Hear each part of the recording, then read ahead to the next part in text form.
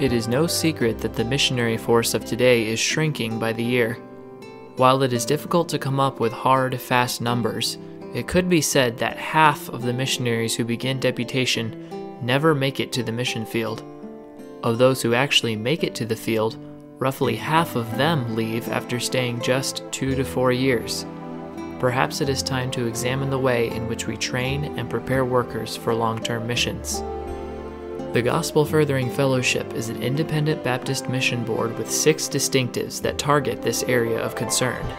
First of all, we partner new missionaries with experienced mentors who will assist them specifically with deputation, deployment, and debriefing.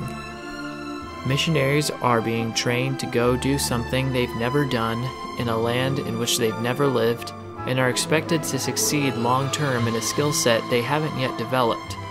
Having a mentor to walk them through the critical transitions of ministry help to set or reset them on the right course.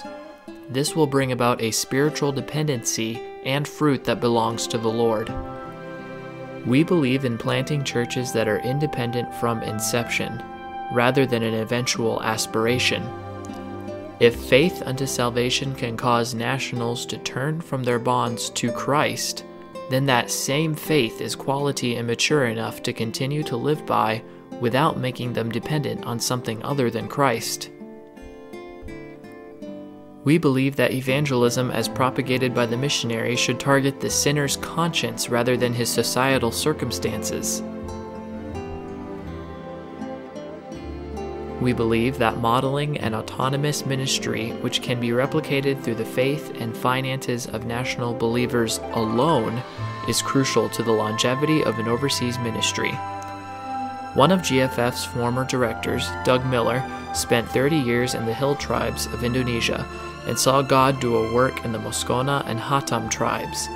Doug said, "For a tribal church to be financed or built by someone other than themselves, even if it were to stand for 100 years, will always be viewed by them as foreign. It's only when it's forged and financed, built and bought by the new believers in that tribe that they will ever accept ownership over it, and that from the beginning."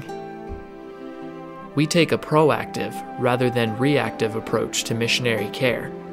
We understand missionaries are susceptible to stresses of life, culture shock, and traumatic injuries related to their work as they labor in some of the darkest and most disturbing corners of the world.